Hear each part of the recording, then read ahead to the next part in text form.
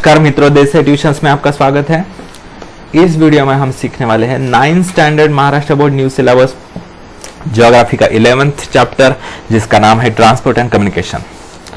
अगर मेरा वीडियो आपको अच्छा लगे तो प्लीज मेरे वीडियो को लाइक कीजिए, अपने दोस्तों के साथ भरपूर शेयर कीजिए, कुछ डाउट्स हो तो नीचे कमेंट कीजिए और मेरे चैनल को सब्सक्राइब कीजिए। अगर आप मेरे दूसरे वीडियोस देखना चाहते हैं तो मैंने उनकी लिंक डिस्क्रिप्शन में, वीडियो के डिस्क्रिप्शन में शेयर की है, या फिर आप कमेंट सेक्शन में फर्स्ट पिन कमेंट में भी रेफर कर सकते हैं। तो चलिए शुरू करते हैं। Transport and communication. Transport and communication यानी ट्रांसपोर्ट यानी एक स्थान से दूसरे स्थान पर जाने के लिए कौन से जरिए होते हैं ये, और कम्युनिकेशन यानी कांटेक्ट करने के लिए एक स्थान से दूसरे स्थान पे। Let us recall, complete the following table. Transport route, means of transport, use for. देखिए अलग अलग ट्रांसपोर्ट रूट्स दिए हैं यहाँ पर। यहाँ पर वाहन है, व्हीकल्स, अलग मीन्स ऑफ ट्रांसपोर्ट जैसे कहते हैं, और किस लिए यूज किया जाता है वो दिया है। तो हमें लिखना है, आप लिख सकते हैं, पेंसिल लेकर बैठिए। रोडवेज, रोडवेज पर अगर रिक्शा है, रिक्शा से क्या किस लिए ट्रांसफर यूज किया जाता है, उसका पैसेंजर्स को, लोगों को एक स्थान से दूसरे स्थान पर ले जाने के लिए रिक्शा का यूज किया जाता है। फिर रोडवेज है, ट्रक्स है, तो उसका किस लिए यूज किया जाता है, गुड्स के लिए। गुड्स या गुड्स यानी सामान, फ्रीट, फ्रीट या गुड्स दोनों लिख सकते हैं। फिर है नेक्स्ट है मेट्रो। मेट्रो कहाँ किसके ऊपर चलती है, रेलवेज का, रेलवेज के ऊपर। तो यहां पर लिखना है रेलवेज, मेट्रो। और किस लिए यूज किया जाता है, पैसेंजर्स के ट्रांसपोर्ट के लिए, ठीक है। फिर है वाटरवेज। वाटरवेज में से अगर बोट यूज करते हैं हम, तो बोट से क्या पैसेंजर्स का आना जाना होता है, ठीक है। फिर हेलीकॉप्टर जो है वो एयरवे है, एयरवेज। हेलीकॉप्टर से पैसेंजर्स को ट्रांसफर किया जाता है, ठीक है। फिर एयरवेज का दूसरा है एरोप्लेन। एरोप्लेन किस लिए यूज किया जाता है, पैसेंजर्स के लिए, ठीक है। फिर है सबमरीन, जो है वो पानी के नीचे चलती है, यानी वाटरवेज। तो उसका जो यूज है रिसर्च और डिफेंस के लिए, और सैनिकों के लिए, यानी डिफेंस यानी वही हुआ, सैनिकों के आवाजाही के लिए होता है। फिर है वाटरवेज। वाटरवेज शिप, शिप का यूज किस लिए किया जाता है, फ्रीट ट्रांसपोर्ट के लिए, फ्रीट यानी सामान के वाहन के लिए। फिर नेक्स्ट है म्यूल। म्यूल यानी खच्चर होता है, खेचर ज्याला म्हणतात मराठीत, यानी गधा और घोड़ा, उसका कॉम्बिनेशन होता है, हाइब्रिड। तो म्यूल्स जो होते हैं वो रोडवेज पर यूज किए जाते हैं, और वो फ्रीट या गुड्स ट्रांसपोर्ट के लिए यूज किया जाता है। रेलवेज है, गुड्स ट्रेन अगर है, गुड्स ट्रेन यानी मालगाड़ी जिसे कहते हैं, तो उसका यूज फ्रीट ट्रांसपोर्ट के लिए किया जाता है। फिर पाइपलाइंस है, पाइप्स, उसका यूज किस लिए किया जाता है, लिक्विड्स और गैसेस, यानी पानी हो या पेट्रोलियम हो या गैसेस हो, ठीक है, उसके ट्रांसपोर्ट के लिए यूज किया जाता है। Can you tell, we have given some specific conditions in this context, tell with reasons which means of transport and route will you take। कौन से जरिए से, कौन से रास्ते से जाएंगे आप, और कौन सा मीन्स ऑफ ट्रांसपोर्ट, कौन से वाहन से जाएंगे, ये पूछा है। You have to reach Bhopal from Nagpur due to some emergency. देखिए इमरजेंसी है, यानी आपको जल्द से जल्द पहुंचना है, तो जल्द से जल्द पहुंचने के लिए एरोप्लेन से जाना होगा, एरोप्लेन से एयरवेज से जाना होगा, ठीक है। नेक्स्ट है you have to reach Kanyakumari carrying the message of cleanliness, there is no time limit for it. देखिए टाइम लिमिट नहीं है, लेकिन आपको एक मैसेज कैरी करना है, स्वच्छता का मैसेज। तो क्या होता है, अगर आपको ऐसे स्वच्छता का मैसेज करना है, बहुत से लोग निकलते हैं मिशंस पर, स्वच्छता मिशन वगैरह जो भी हो, तो वो बहुत से, यानी पूरे भारत भ्रमण करते हैं, साइकिल पर करते हैं, बाइक्स पर करते हैं, या फिर प्राइवेट व्हीकल, कार हो या बस वगैरह, उनके द्वारा करते हैं। क्योंकि टाइम लिमिट नहीं है, बहुत महीने भी चल सकता है ये प्रवास। Send the Alphonso mangoes from Konkan to Arab countries. देखिए कोकण से अरब कंट्रीज में हापुस आंबा ज्याला म्हणतो, अल्फोंसो मैंगो वो पहुंचाने हैं। देखिए अल्फोंसो मैंगो जल्दी खराब होते हैं, ठीक है, पेरिशेबल गुड्स है, तो उन्हें जल्दी अच्छे कंडीशन में ले जाना आवश्यक है। तो ये कैसे हो सकता है, अगर एयरवेज से गुड्स एरोप्लेन से अगर आप भेजते हैं तो वो अच्छा होगा।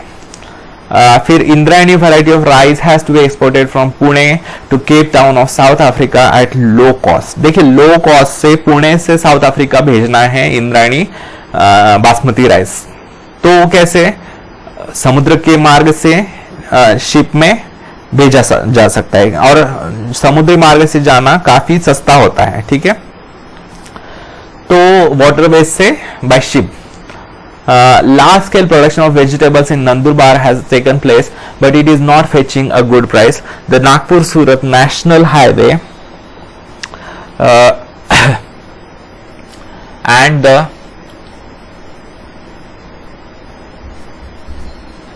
Surat-Bhusawal railway line passes through the district. तो इसका क्या है, कैसे कर सकते हैं, दूसरे शहरों में भेजना है तो हम रोडवेज से आधा रास्ता रोड से आधा रास्ता रेलवे से भेज सकते हैं, ये भी है, ठीक है। You have to go to Singapore from your village town, you have 10 days to do the same. 10 दिनों में करना है तो क्या करना पड़ेगा, एयरवेज से जाना पड़ेगा जल्दी पहुंचने के लिए, ठीक है। Geographical explanation. You must have realized that while traveling or transporting goods, we have to consider many things. देखिए जब आपको स्वयं को जाना है या कोई सामान भेजना है तो आपको कई सारे फैक्टर्स कंसिडर करने पड़ते हैं, यानी कितने समय में भेजना है, कितना खर्चा करना है उसे भेजने में, वो सब बहुत सी बातें कंसिडर, कौन सी अवेलेबिलिटी है, कौन सा मार्ग अवेलेबल है वहां पर, ये सब सोचना पड़ता है। If there are many ways and means of transport available then we can think about those alternatives. अगर बहुत से मार्ग है, जैसे वाटरवे हो गया, एयरवे हो गया, रेलवे हो गया, रोडवे हो गया, तो उसमें से कौन सा हमारे लिए सुटेबल है, कौन सा फिजिबल है, ये हम सोच सकते हैं। यानी कॉस्ट भी कम होनी चाहिए, टाइम भी सुटेबल होना चाहिए, ये सब सोच के डिसीजन लेना पड़ता है। There are roadways, railways, waterways, airways and pipelines by which transportation can be done. तो इनकी मदद से हम ट्रांसपोर्टेशन कर सकते हैं। Following factors should be kept in mind while selecting the routes and means of transport. कौन से फैक्टर्स ध्यान में रखने पड़ते हैं जब आपको ट्रांसपोर्ट करना है तब। Factors to be considered for transportation, पहला है डिस्टेंस, डिस्टेंस कितना है, बहुत लंबा है, शॉर्ट है, मीडियम है।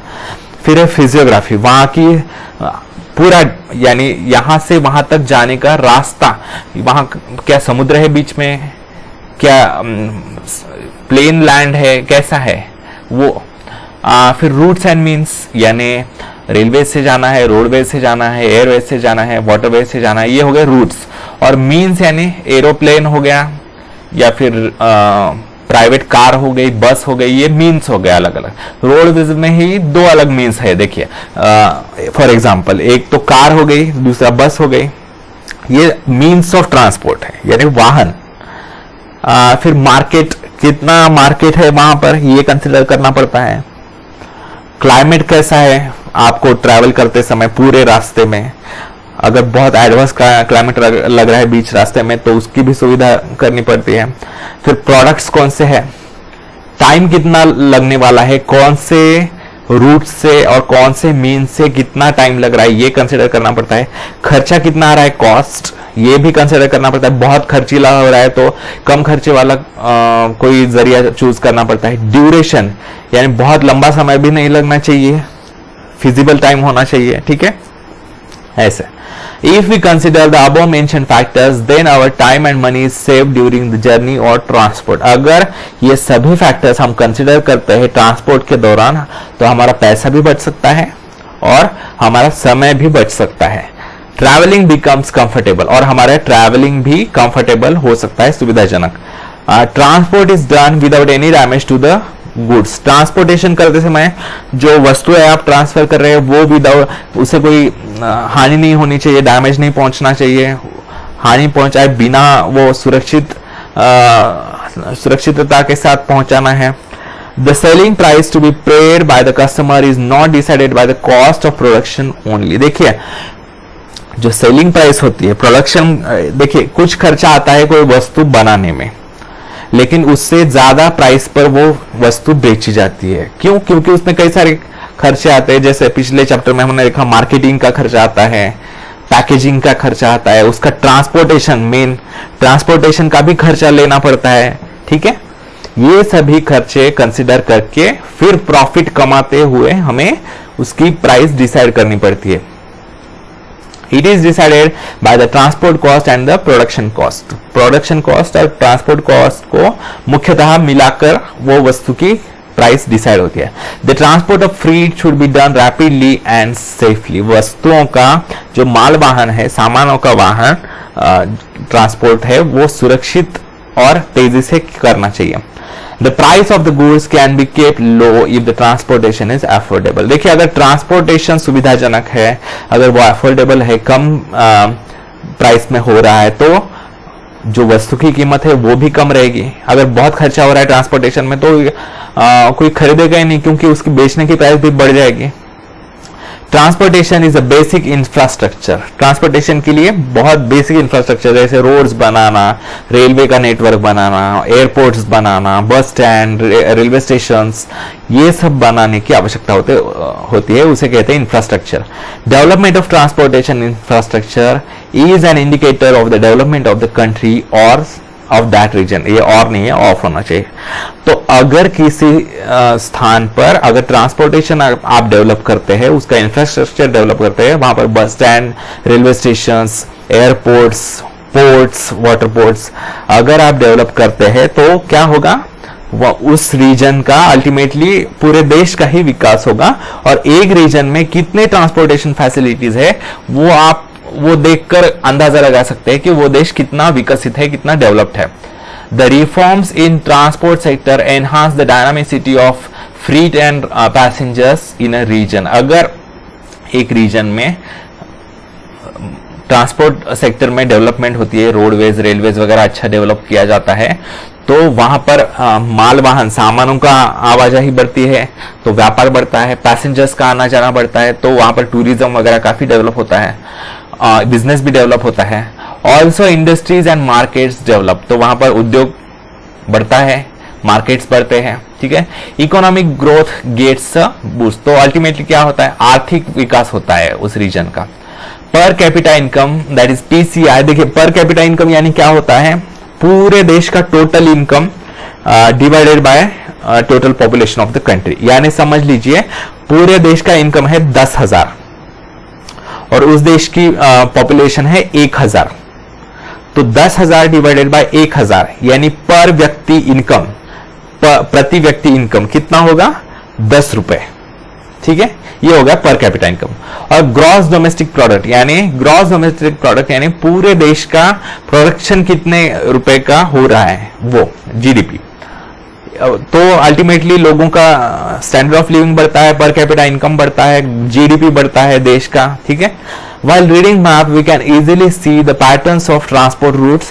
We can see the distribution of transport routes in the form of dense network at some places and sparse networks at others. देखिए जब हम मैप देखते हैं तब हमें ट्रांसपोर्ट रूट्स के पैटर्न्स दिखाई देते हैं, रोड्स कहाँ पर कैसे जा रहे हैं, कौन से शहरों से कनेक्ट होते हुए जा रहे हैं, रेलवेज का नेटवर्क लाइंस कैसे है, ये सब देख सकते हैं। और ट्रांसपोर्ट रूट से जब हमें देखते हैं तब हमें अंदाजा आता है कि कौन से रीजन में डेंस नेटवर्क है, रोड्स का, रेलवेज का, एयर नेटवर्क कितना डेंस है यानी बहुत बेहतर है, और कहां पर कम है नेटवर्क, ये हम देख सकते हैं मैप की तरफ देखकर। In some places there are no transport routes at all, कुछ स्थानों पर बिल्कुल ही ट्रांसपोर्ट रूट्स नहीं होते, रेलवेज नहीं होते, रोडवेज नहीं होते। जैसे हमारा नॉर्थ ईस्ट इंडिया है, वहां पर पिछले 5 वर्षों तक बिल्कुल डेवलपमेंट नहीं थी, कुछ भी रोड्स, रेलवेज नहीं थे, लेकिन पिछले 5-6 वर्षों में 2014 के बाद बहुत ज्यादा डेवलपमेंट हुई है। वहां पर national highways, state highways, railways का नेटवर्क बहुत बढ़ चुका है। For what reasons does an region become devoid of any transport route, कौन से कारणों से वहां पर एक रीजन में ट्रांसपोर्ट रूट डेवलप हो नहीं पाते हैं। Why does a dense network develop in some regions, बल्कि दूसरे रीजन्स में बहुत डेंस नेटवर्क डेवलप होता है, ऐसा क्यों? These questions can arise in our minds. To answer these, we need to see the physical map of the region to along with the transport map. अगर आपको ये पता करना है कि एक पर्टिकुलर रीजन में बहुत अच्छा ट्रांसपोर्ट नेटवर्क है लेकिन दूसरे रीजन में बहुत कम है, ट्रांसपोर्ट नेटवर्क डेवलप नहीं है, तो ये अगर हमें पता करना है तो हमें ट्रांसपोर्ट मैप के अलावा फिजिकल मैप, यानी पर्वत है, नदी है, कहां पर क्या है, इसे कहते हैं physical map, physical structure of the land जहां पर दिखाई देता है, तो वो मैप भी देखना पड़ता है उसके कारण अगर पता करना है तो। When we read both the map simultaneously we get the answers to those questions. अगर दोनों मैप्स आप सामने रखेंगे तो आपको ये पता चलेगा कि इस पर्टिकुलर रीजन में क्यों डेवलप हुए हैं ट्रांसपोर्ट रूट्स, लेकिन ये इस रीजन में क्यों नहीं डेवलप हुए वगैरह। Read the maps given in figure 11.1 and figure 11.2 and answer the following questions in your notebook। देखिए अभी यहाँ पर दो मैप्स दिए हैं, ये फिजिकल मैप है सातारा डिस्ट्रिक्ट का और ये है ट्रांसपोर्टेशन मैप, ठीक है। तो ये दो मैप्स देखकर हमें इन क्वेश्चंस के आंसर्स देने। देखिए अभी बार बार पेज ऊपर नीचे करना पड़ेगा, तो मैं मेरे पास जो टेक्स्ट बुक है उसमें क्वेश्चंस देखता हूं और आपको मैप में एक्सप्लेन करता हूं। आप अपना हार्ड कॉपी जो है टेक्स्ट बुक की वो सामने रखिए, उसमें से क्वेश्चन पढ़िए, ठीक है, ताकि आपको समझ में आएगा, ठीक है। तो देखते हैं, in which region do you find a dense network of transport routes in the map. कौन से रीजन में ट्रांसपोर्ट रूट्स का डेंस नेटवर्क है ये पूछा गया है। देखिए कौन से कहां पर रेलवे और रोडवेज का नेटवर्क अच्छा दिख रहा है, यहां पर देखिए ये है नेशनल हाईवे, ये चौड़ा सा, फिर अदर रोड्स है ये बाकी के ये जो है, फिर ये है रेलवे, ये जो है ये रेलवे का रूट है। ये बड़ा सा जो है वो डिस्ट्रिक्ट हेडक्वार्टर है, यानी जिला और तालुका हेडक्वार्टर से ये बाकी के। तो देखिए कौन से रीजन में ये पूछा गया है, in which region do you find a dense network of transport routes in the map. देखिए कौन से रीजन में है, मुख्यतः सेंट्रल पार्ट में और ईस्टर्न पार्ट में, सेंट्रल और ईस्टर्न पार्ट में बहुत डेंस नेटवर्क है, ठीक है। नेक्स्ट क्वेश्चन है, how is the physiography of the region with dense network. जहां पर डेंस नेटवर्क है वहां पर फिजियोग्राफी कैसी है ये पूछा है। देखिए जहां पर देखिए ये जो है ब्राउन कलर का वेरी हाई हाइट है, एलिवेशन बहुत ज्यादा है, और ग्रीन की तरफ जैसे जैसे जाते हैं वैसे वैसे प्लेन लैंड होते जाती है। ये रिवर है ब्लू कलर का, ठीक है, लेक रिजर्वायर वगैरह। तो ये पूछा है जहां पर डेंस नेटवर्क है वहां पर कैसी भू रचना है, फिजियोग्राफी कैसी है। तो देखिए यहां पर मुख्यतः डेंस नेटवर्क है ईस्टर्न और सेंट्रल पार्ट में, तो यहां पर हाइट कम है, प्लेन लैंड है, ठीक है। यहां पर माउंटेनियस रीजन है, दिखाई दे रहा है ना, देखिए ये बामुनोली रेंज, ये माउंटेन रेंज है, तो यहां पर प्लेन लैंड है मुख्यतः बहुत, इसके कारण यहां पर ट्रांसपोर्ट रूट्स अच्छे डेवलप हो सके हैं। Which region has a sparse network of transport routes. कौन से रीजन में स्पार्स नेटवर्क है ट्रांसपोर्ट रूट्स का। देखिए कौन से रीजन में है, देखिए यहां पर देखिए वेस्टर्न पार्ट में कम है, रोड्स का, रेलवे तो बिल्कुल ही नहीं है, रोडवेज का जो ये है क्या कहते हैं नेटवर्क वो भी कम है, ठीक है। How is the physiography of this region. यहां पर क्या है, यहां पर देखिए माउंटेनियस रीजन है, यहां पर माउंटेन होने के कारण वहां पर रोड्स बनाना, रेलवे बनाना कठिन है, ठीक है। Look for the region lacking transport routes. यहां पर वेस्टर्न रीजन में ट्रांसपोर्ट रूट्स कम है। ये जो स्पार्स नेटवर्क है, सॉरी, ये ईस्टर्न रीजन में कम है और बहुत ही कम, लैकिंग यानी बिल्कुल नहीं है ऐसा, ये वेस्टर्न रीजन है। What kind of obstruction can you find there? तो ये है यहाँ पर सह्याद्री माउंटेन रेंज है, ये जो है बामनोली जो है रीजनल माउंटेन रेंज का नाम है, लेकिन ये मुख्यतः ये सह्याद्री माउंटेन है। यहाँ पर माउंटेनियस रीजन होने के कारण ये पॉसिबल नहीं होता ताकि वहां पर रोडवेज रेलवेज का नेटवर्क बना सके। तो ये ऑब्स्ट्रक्शन है. What kind of obstruction can you find that? Geographical explanation. When you study the maps of physical structure, main roads and railways of the Satara district, you will understand following issues. The western part of Satara district is occupied by the Sahyadris and its offshoots and its elevation is higher. देखिए western part में, पश्चिम भाग में Satara district के Sahyadri mountain है और उसका जो offshoot यानी जो नीचे वाला हिस्सा होता है वो, तो उसके कारण वहां पर एलिवेशन जो है, हाइट काफी बड़ी है, ऊंचाई पर है. इस टोपोग्राफी इज अंडुलेटिंग यानी बदलती रहने वाली टोपोग्राफी है, भू संरचना, जमीन की हाइट बदलते रहती है, रफ है वहां पर. In this region lies the extensive Shiv Sagar reservoir of Koyna dam. यहां पर जो है, ये जो देखिए कोयना डैम का शिव सागर रिजर्वायर है, जो पानी का जलाशय जिसे कहते हैं वो है, स्टोर किया जाता है जहां डैम का पानी, तो कोयना डैम का शिव सागर रिजर्वायर है. The central and eastern parts of the district are comparatively of lower and medium elevation. देखिए सेंट्रल पार्ट में कम एलिवेशन है, ग्रीन है पूरा, और यहाँ पर ईस्टर्न पार्ट में थोड़ा सा मीडियम एलिवेशन है. एलिवेशन यानी जमीन की हाइट, ऊंचाई. Considering the physiography of the Satara district, the transport network is देखिए नेक्स्ट पेज पर, sparse in the west whereas its density on the eastern side is medium. तो वेस्टर्न साइड में sparse है, कम density है, और eastern side में medium है. Comparatively the central part of the district has a dense transport network. लेकिन central part में बहुत ही डेंस नेटवर्क है, रोडवेज हो या रेलवेज हो उनका. You may have noticed that a national highway and a railway route pass through this part of the district. तो central part में से एक नेशनल हाईवे भी जाता है और रेलवे रूट भी जाता है. You may have ये हो गया. There are many road networks connecting the highways. You will realize that the physiography, that is hills, valleys, rivers, etc. of a region affects its transport routes. देखिए यहाँ पर कई सारे छोटे छोटे रास्ते भी इसे कनेक्ट कर रहे हैं. ठीक है, तो हमें क्या पता चलता है, किन बातों का परिणाम होता है ट्रांसपोर्टेशन रूट्स पर, किन बातों का, क्या वहां पर हिल्स है, क्या वहां पर वैलीज है, यानी खाई जिसे कहते हैं दरी, क्या वहां पर नदी है, तो वहां पर थोड़ी कठिनाई होती है. There is a correlation between transport routes and physiography of a region. इससे हमें पता चलता है कि वहां पर कहीं किसी भी स्थान पर अगर ट्रांसपोर्ट रूट्स डेवलप करने हैं तो वहां पर फिजियोग्राफी कंसिडर करना बहुत आवश्यक होता है.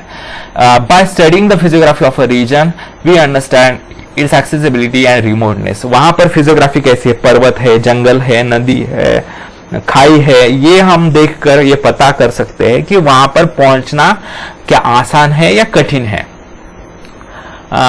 Transport facilities can develop well in plains while areas with higher relief have limits on the development of the transport routes. देखिए प्लेन जमीन अगर है तो वहां पर ट्रांसपोर्ट फैसिलिटीज, रेलवेज, रोडवेज बनाना कंफर्टेबल होता है, आसान होता है. इसी के कारण हमारे नॉर्थ इंडिया में बहुत रेलवे नेटवर्क है, उत्तर प्रदेश में, बिहार में वगैरह, क्योंकि वहां पर जमीन जो है प्लेन है. उल्टा अगर हाई रिलीफ है यानी बहुत हाइट है, पर्वत वगैरह है, तो क्या होगा, वहां पर ट्रांसपोर्ट रूट्स बनाना कठिन होगा. देखिए पिछले पेज पर थोड़ा सा हिस्सा बाकी है, वो देख लेते हैं. देखिए, do you know green corridor. It happens that sometimes a dead person has donated his organs.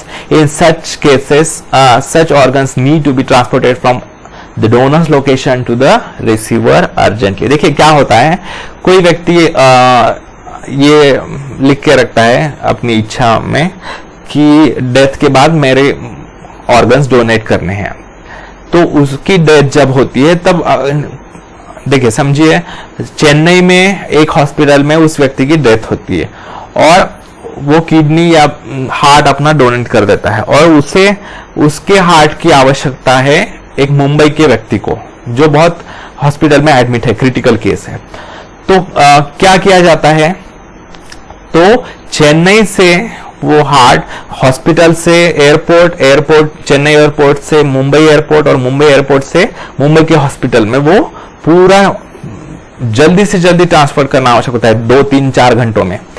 तो ये जब for this organ transfer all types of routes are cleared of all the obstacles. तो इसके लिए क्या किया जाता है, पूरे ट्रैफिक पुलिस जो होते हैं वो हॉस्पिटल से एयरपोर्ट तक पूरा ट्रैफिक रोक देते हैं और वो एम्बुलेंस को निकालते हैं तेजी से, जो है हार्ट या किडनी कैरी कर रहे हैं उसको तेजी से भेजते हैं ताकि उसे कोई रोक ना सके और वो जल्दी से जल्दी एयरपोर्ट पर पहुंच पाए। और प्राइवेट एरोप्लेन से फिर वो हार्ट लेकर मुंबई आता है और वहां से फिर से मुंबई के जो ट्रैफिक पुलिस होते हैं वो पूरा रास्ते रोक देते हैं और उन्हें भेज देते हैं। This is called green corridor. ये जो रास्ता बनाया जाता है स्पेशली यानी रोका जाता है उसे कहते हैं green corridor. Consequently rapid transport of the organ can save the receiver's life. तो जिसे आवश्यकता होती है उस ऑर्गन की, उसके जल्द से जल्द वहां तक पहुंचाने के कारण वो उसके प्राण बच पाते हैं। Do you know RoRo, that is roll on and roll off transport. Transportation can be done from one station to another station using railways. देखिए जहां पर रेलवेज अवेलेबल है वहां पर तो रेलवे से ट्रांसपोर्ट किया जा सकता है। Free transport is carried out on a large scale on national highways. और जहां रेलवे नहीं होती वहां पर नेशनल हाईवे से ट्रांसपोर्ट किया जाता है। The free transport bye trucks is costlier then railways. देखिए रेलवे से जो सामान कैरी किया जाता है वो बहुत सस्ते में होता है, लेकिन अगर ट्रक से आप कैरी कर रहे हैं रोड से तो वो महंगा पड़ता है। एज अ सोल्यूशन और via media for the Roro transport system has started big used in India. तो उसका सोल्यूशन निकालने के लिए देखिए ट्रक से रोडवेज से जाने का खर्चीला रास्ता होता है, तो थोड़ा उसकी कॉस्ट कम करने के लिए क्या किया जाता है, रोरो ट्रांसपोर्ट सिस्टम शुरू की गई है। यानी क्या है, in this system the trucks loaded with goods are transported to desired stations through a goods train. क्या किया जाता है, अगर एक स्थान पर समझ लीजिए कि रेलवे स्टेशन नहीं है, वहां पर रेलवे का रूट नहीं है, तो वहां से नियरेस्ट रेलवे स्टेशन के पास वो ट्रक में लिया जाता है, कैरी किया जाता है सामान, और वहां पर ट्रक से रेलवेज में ट्रांसफर किया जाता है और वो रेलवे जहां पहुंचानी है वहां वो पहुंचाया जाता है। तो from there the trucks take the goods ahead of the desired locations. As railways are used for the part of distance, cost of transport is reduced. तो थोड़ा सा जो हिस्सा है वो रेलवे से ट्रांसपोर्ट करने के कारण क्या होता है, खर्चा उतना कम होता है ट्रांसपोर्ट करने का। Thus cost of fuel and pollution caused by trucks can be reduced. तो ट्रक से जो पोल्यूशन होता है, देखिए railway most of the part में इलेक्ट्रिसिटी से चलती है तो पोल्यूशन इतना नहीं होता और जो खर्चा होता है वो भी कम होता है, ठीक है। Thus use of RoRo services started in Konkan Railway for the first time in India. तो RoRo की जो रोल ऑन रोल ऑफ जो सर्विस है वो पहली बार कोंकण रेलवे में शुरू की गई थी, अभी तो बहुत फैल चुकी है। इंपॉर्टेंस ऑफ ट्रांसपोर्टेशन, देखिए महत्व क्या है, ट्रांसपोर्टेशन का महत्व क्या है। एक्सटेंडिंग ट्रेड एंड नेटवर्क, किसी एक स्थान पर अगर ट्रांसपोर्टेशन डेवलप होता है तो वहां पर ट्रेड बढ़ता है, व्यापार बढ़ता है, नेटवर्क अच्छा होता है, वहां पर आना जाना आसान होता है। रैपिड इंडस्ट्रियलाइजेशन, अगर एक स्थान पर आना जाना आसान है तो वहां पर औद्योगिकीकरण, इंडस्ट्रीज बड़े बड़े लगते हैं, ठीक है, बिजनेस बढ़ता है। अवेलेबिलिटी ऑफ एम्प्लॉयमेंट अपॉर्चुनिटीज, वहां पर नौकरियां बढ़ती है, रोजगार बढ़ता है। रीजनल कनेक्टिविटी, वो जो स्थान है, वो जो प्लेस है वो दूसरे रीजन्स के साथ अच्छा कनेक्ट होता है तो लोगों को आने जाने में, सामान को ले आने जाने में आसानी होती है। यूटिलिटी ऑफ द साइट, और उस एरिया का अच्छा यूज किया जा सकता है, उसकी जो विशेषता है वो पूरा यूज कर सकते हैं, हम यूटिलाइज कर सकते हैं। ओवरकमिंग स्कैसिटी डेफिसिट, वहां पर बहुत सी बातों की, अगर ट्रांसपोर्ट रूट नहीं है तो समझ लीजिए वहां पर बहुत सी बातों की कमी रहती है, वहां जो प्रोड्यूस नहीं होती चीजें वहां उनका कमी रहेगी। अगर वहां पर ट्रांसपोर्ट अच्छा हो जाता है तो वहां पर बाकी स्थानों से जो आवश्यक चीज है वो पहुंचाई जा सकती है, तो स्कैसिटी कम होती है। डिक्रीजिंग रीजनल इम्बैलेंस, देखिए एक जगह पर बहुत अच्छा ट्रांसपोर्ट नेटवर्क है और दूसरे जगह पर बिल्कुल रास्ते रेलवे नहीं है तो वहां पर डेवलपमेंट नहीं होगी, तो एक जगह इसके कारण इम्बैलेंस होता है, एक बहुत डेवलप हो रहा है और दूसरा रीजन बिल्कुल ही नहीं डेवलप हो रहा। तो ये इम्बैलेंस कम करने के लिए, बैलेंस डेवलपमेंट का बढ़ाने के लिए जो है ट्रांसपोर्टेशन को, नेटवर्क को बेहतर करना आवश्यक होता है। टूरिज्म डेवलपमेंट, अच्छी कनेक्टिविटी होगी वहां पर, तो टूरिज्म भी बहुत अच्छा, लोग आएंगे जाएंगे वहां पर, वहां के जो ऐतिहासिक स्थान है उसको देखेंगे, ठीक है। Think about the transport issues you come across during your journeys, तो ये आप देख सकते हैं, ठीक है। नेक्स्ट है कम्युनिकेशन। कम्युनिकेशन यानी दूर संचार, यानी दूसरे स्थानों से वहां पर एक्चुअली न जाए बिना उनसे कनेक्ट करना। Like transportation, communication is also a basic infrastructure. Transportation की तरह ही कम्युनिकेशन एक महत्वपूर्ण इंफ्रास्ट्रक्चर है। इंफ्रास्ट्रक्चर यानी जो बेसिक स्ट्रक्चर होता है देश की डेवलपमेंट के लिए आवश्यक, उसे कहते हैं। कम्युनिकेशन और exchange of information is an important process in today's era. Information का एक्सचेंज, लेन देन करने के लिए, आदान प्रदान करने के लिए कम्युनिकेशन बहुत ही आवश्यक है, कनेक्टिविटी बहुत ही आवश्यक है। देखिए, can you tell, make a list of various means of communication you are aware of. देखिए कौन कौन से मीन्स ऑफ कम्युनिकेशन आपको पता है, आपको पता है कुछ, तो किन की मदद से आप दूसरे स्थान पर कांटेक्ट कर सकते हैं। तो एक पुराना मार्ग था, वो है लेटर्स भेज सकते हैं, फिर रेडियो के द्वारा अपना मैसेज भेज सकते हैं, टेलीविजन, टेलीफोन्स हो गए, मोबाइल फोन्स हो गए आजकल, फिर न्यूज़पेपर्स द्वारा मैसेज, मास मीडिया जो है, इंटरनेट द्वारा, सैटेलाइट्स, तो इनकी तो बहुत महत्वपूर्ण भूमिका होती है सैटेलाइट्स की। How many of these do you actually use, make a box around them. देखिए कौन कौन से यूज करते हैं आप मुख्यतः, टेलीफोन यानी मोबाइल फोन आजकल, फिर इंटरनेट तो बहुत, अभी मैं आपको जो मैसेज मेरा पहुंचा सक रहा हूं वो इंटरनेट के कारण ही है ना पॉसिबल, तो वो है, ठीक है। तो न्यूज़पेपर्स यूज करते होंगे अगर आप पढ़ते होंगे तो, ठीक है। टेलीविजन देखते होंगे, रेडियो तो बहुत कम सुनते हैं, तो ऐसे।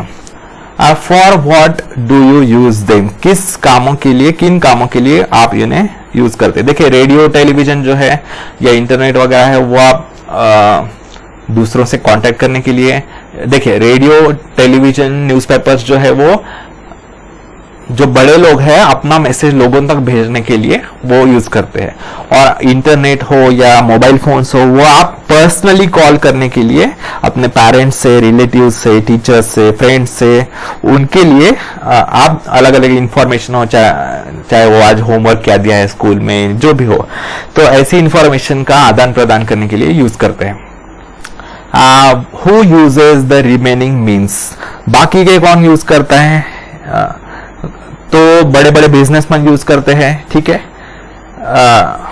और गवर्नमेंट भी यूज करती है, ठीक है, और ये सब यूज करते हैं। In today's modern age man made satellites are an important and effective means of communication. आज तो जो आर्टिफिशियल सैटेलाइट्स होते हैं, उपग्रह मानव निर्मित, वो बहुत महत्वपूर्ण होते हैं कम्युनिकेशन के लिए। The exchange of messages through mobiles, watching programs on TV, getting updated information regarding climatic conditions, etc. is possible simultaneously through man-made satellites. देखिए आज जो हमें वातावरण की जानकारी पहले से प्राप्त होती है कि कब बारिश होने वाली है, मॉनसून की एंट्री कब होने वाली है, कौन से रीजन में वगैरह, या फिर कौन सी आज हैपनिंग न्यूज है, कौन सी घटना घटी है महत्वपूर्ण, ये सब इंफॉर्मेशन फिर मोबाइल से आप कांटेक्ट कर सकते हैं। ये सब इंफॉर्मेशन आपको किसके कारण पॉसिबल है, ये आदान प्रदान सैटेलाइट्स के कारण पॉसिबल है। अगर सैटेलाइट्स ना होते तो ये भी पॉसिबल नहीं होता था।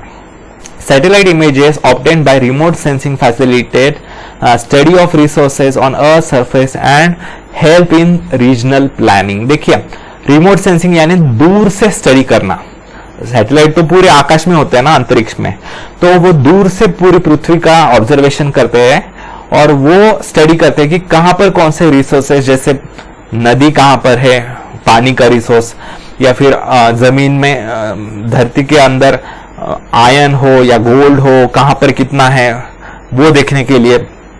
फिर अर्थ सरफेस को कहां पर पर्वत है, कहां पर क्या है, वो सब कुछ स्टडी करने के लिए जो है सैटेलाइट्स की मदद लगती है। और रीजनल प्लानिंग यानी रोडवेज बनाने के लिए वगैरह प्लानिंग करने के लिए भी सैटेलाइट्स की मदद ली जाती है।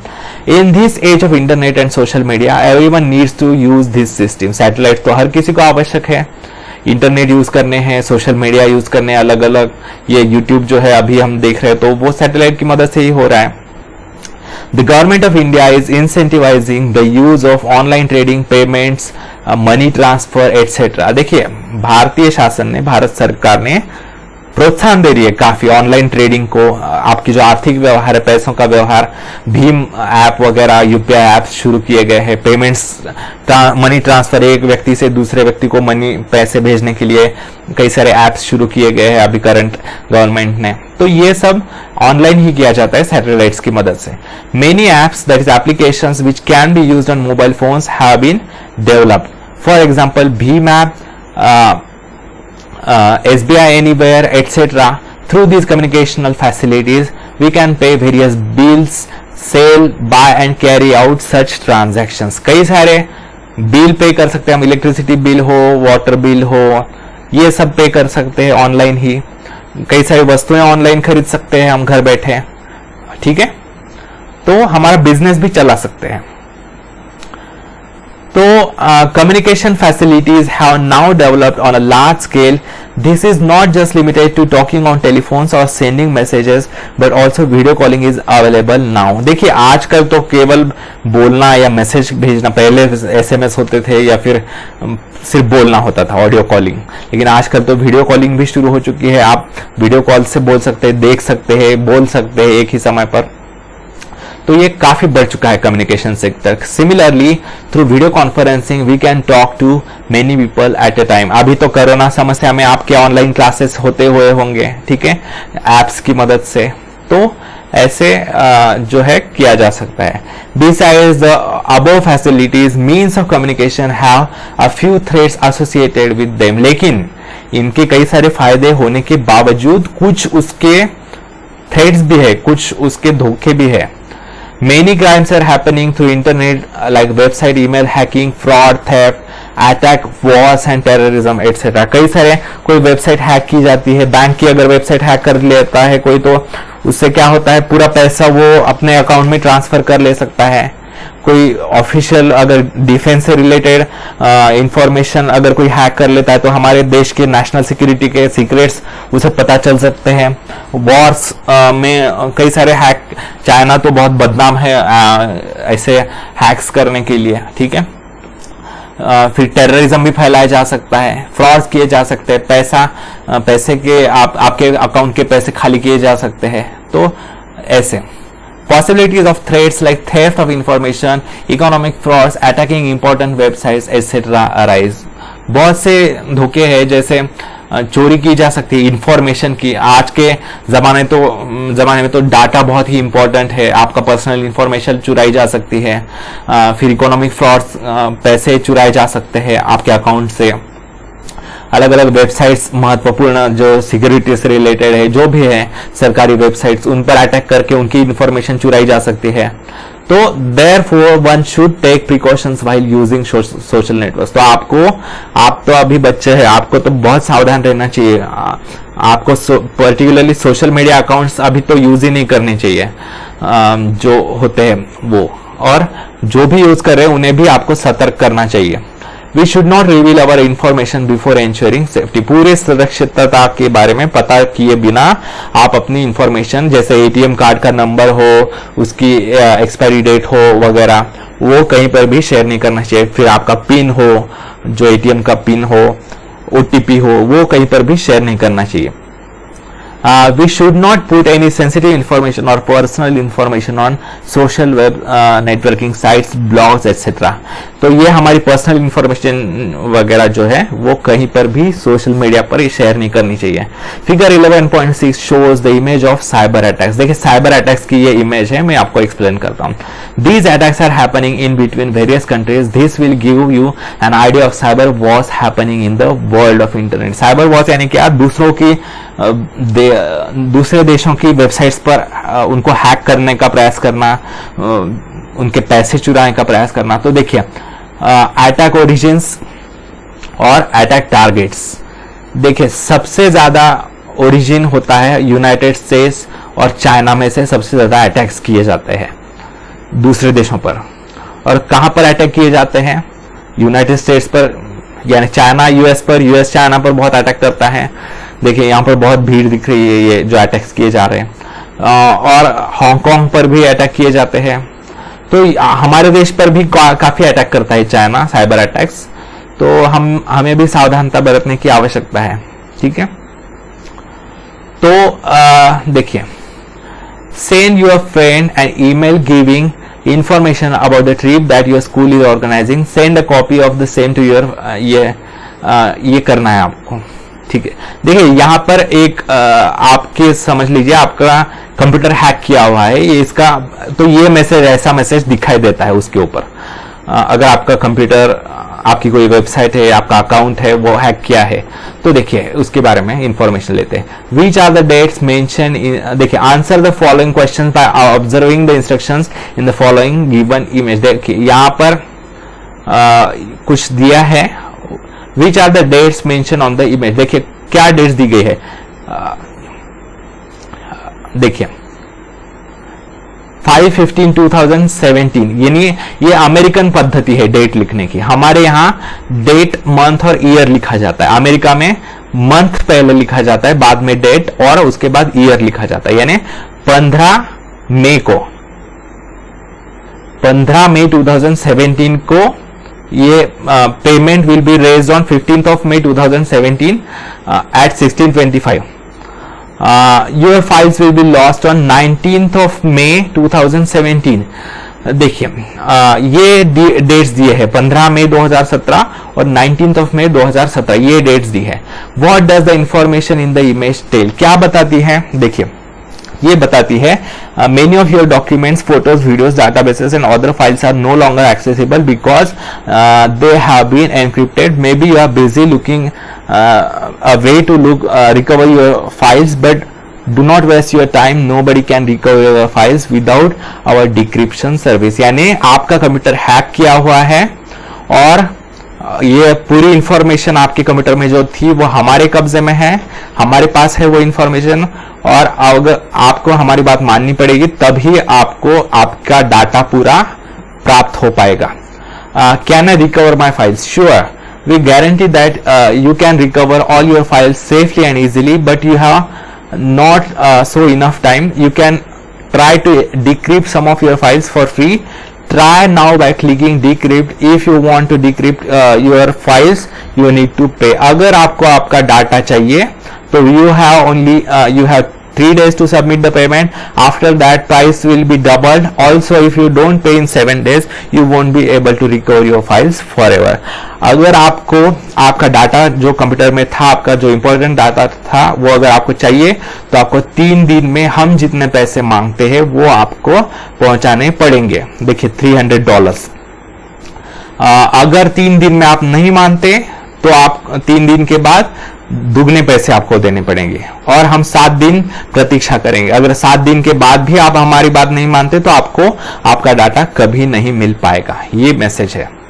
What is the price asked for recovering the files and what in what currency? देखिए यहां पर दिया है सेंड $300 वर्थ ऑफ बिटकॉइन।